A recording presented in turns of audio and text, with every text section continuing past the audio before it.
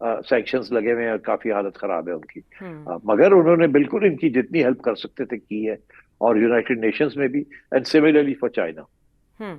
ابھی آپ نے اسٹریٹ آف ہارمز کی بات کی کہ وہاں جو سپلائرز ہیں وہ متاثر ہوں گے, لیکن جن کو تیل وہاں سے جاتا ہے ان میں جاپان, چائنا اور کوریا سر فہرست ہیں. دوسری طرف آج کانٹیکٹ کیا چین کے فارن منسٹر نے رشین فارن منسٹر کے ساتھ, اور انہوں نے یہ کہا کہ یہ حملہ ناقابل قبول ہے, ایک خود مختار رہنما کا قتل بھی, اور عوام کو اکسانا بھی تبدیلی کے لیے. اسٹیٹمنٹ سے بڑھ کے بھی یہ ممالک کچھ کر سکتے ہیں کہ امریکہ اور اسرائیل کی جارحیت یا عزائم کے آگے کوئی بند باندھا جا سکے یا دیوار کھڑی کر سکے؟ اس سوال سے پہلے میں ایک ایکسپلین کر دوں کہ 3-4 ملک ہیں جو کہ متاثر ہوئے ہیں اس تیل کی سپلائی لائن جو رکی ہے تھوڑی بہت. سب سے زیادہ جو متاثر ہوا ہے وہ ہے چائنا. جی, چائنا 40% چائنا کی جو آئل ہے وہ سارا گلف سے آتا ہے, اور اس میں سے ایران سے بہت آتا تھا. تو ایران کو اپنا نقصان تو ہے, تو چائنا کا بھی اس میں نقصان ہو گیا ہے. مگر میرا خیال ہے چائنا کے پاس ریزروز ہیں, اور چائنا رشین آئل بھی لے سکتا ہے, اور سو اس لیے اتنی بڑی دھچکا نہیں لگے گا.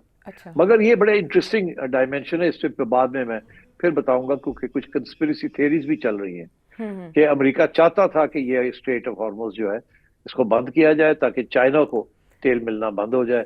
وہ اتنا ڈپینڈنٹ ہے آن آئل کے, اس کی گروتھ کم ہو جائے, اور وہ جو گریٹ پاور اسٹیٹس کی طرف جا رہا ہے وہ رک جائے اس کی سپیڈ.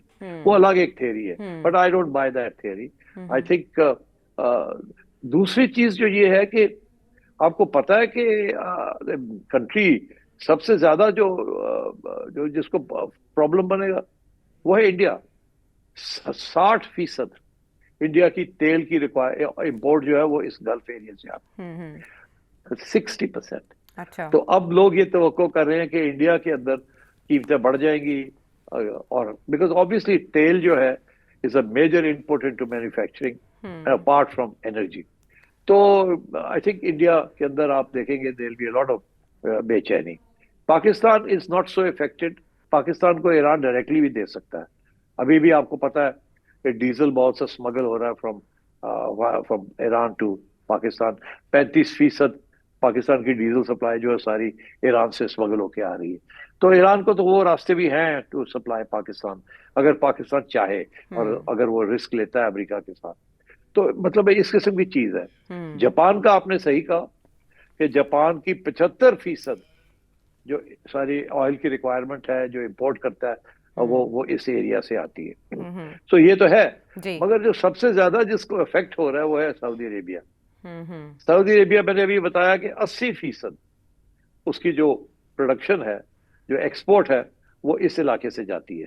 کچھ دوسرے علاقوں سے جاتی ہے, مگر 80% یہاں سے جاتی ہے. تو اسی لیے سعودی عربیہ بڑا پریشان ہے. تو اب یہ سب کو تکلیف تو ہوگی نا, تو یہ جب تکلیف ہوگی تو یہ دے میں پٹ پریشر آن ڈونلڈ ٹرمپ کہ یار بس کرو, اگر آپ رژیم چینج نہیں کر سکے ان دا نیکسٹ ویک 10 days, تو ان لوگوں کی طرف سے بہت پریشر بڑھنا شروع ہو جائے گا آن امریکہ, اسپیشلی سعودی عربیہ. اور اتنے پریشر میں امریکہ کا رویہ آپ کے خیال میں مذاکرات کی طرف زیادہ مائل ہوگا, یا اسی طرح دھمکیاں آمیز رویہ امریکہ جاری رکھے گا اگر ایران میں قیادت تبدیل ہو جاتی ہے؟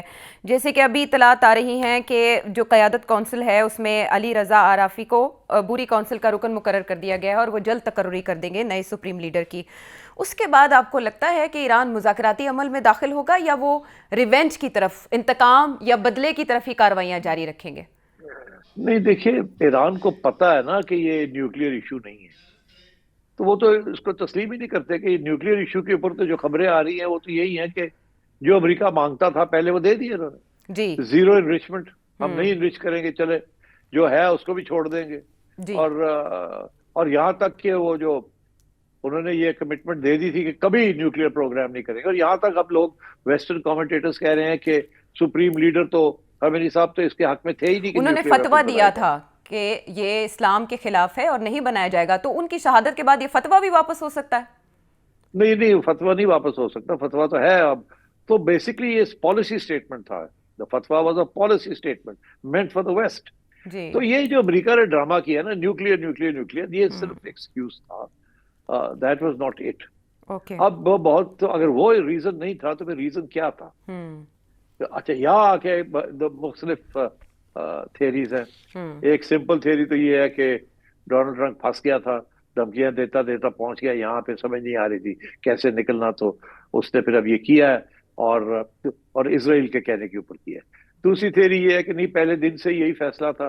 دسمبر کے اندر جب نیتن یاہو کی ملاقات ہوئی ڈونلڈ ٹرمپ کے ساتھ فلوریڈا میں اس کے گھر, جی. تو وہاں یہ فیصلہ ہو گیا تھا کہ اب تیاری کریں, ہم یہ کریں گے, اور ان دا مین وائل نیگوسیشن ٹرائی کریں گے کہ اس کو لمبا کیا جائے تاکہ تیاری ہو جائے پوری, کیونکہ کافی لمبی چوڑی تیاری کرنی پڑتی تھی. تو آئی تھنک ایران کو بھی پتا تھا کہ یہ آئیں گے, دے ول کم. تیسرا آبجیکٹو بڑا انٹرسٹنگ ہے کہ جو کہ میں کہہ رہا تھا کہ ایک نئی تھیری ہے, کہ وہ نئی تھیری ہے کہ امریکہ یا ڈونلڈ ٹرمپ سمجھتا ہے کہ China is the big threat, Iran is not a threat to America and to the American interest. تو اس لیے انہوں نے سوچا کہ چائنا کو تکلیف ہوگی یہ سب چیز کرنے کے ساتھ, اور ان کی آئل سپلائیز, انرجی سپلائیز گر جائیں گی, ان کا ریٹ آف گروتھ گر جائے گا. جتنی دیر بند رہتا ہے تو بند رہے, ہمیں کیا فرق پڑتا ہے, بیکاز امریکہ کے پاس تو اپنی آئل اور گیس تو بہت ہے. تو اس لیے ایک دو کنٹریز ہیں جو کہ ڈپینڈ کرتی ہے, but not all of them. تو وہ تھیری یہی تھی کہ جی چائنا کو روکنا ہے. مگر اگر یہ امریکہ کا آبجیکٹو تھا تو اسرائیل کا آبجیکٹو کیا ہے؟ اب اسرائیل کا آبجیکٹو تو سمجھ آ گیا نا. پہلے تو یہ تھا کہ ایران کو رجیم چینج, مگر اب جو خبریں آ رہی ہیں, جو چیزیں نکل رہی ہیں باہر, جو وہ امریکن ایمبیسڈر حکیمی صاحب نے جو بات کہی ہے, وہ گریٹر اسرائیل بنانا چاہتے ہیں.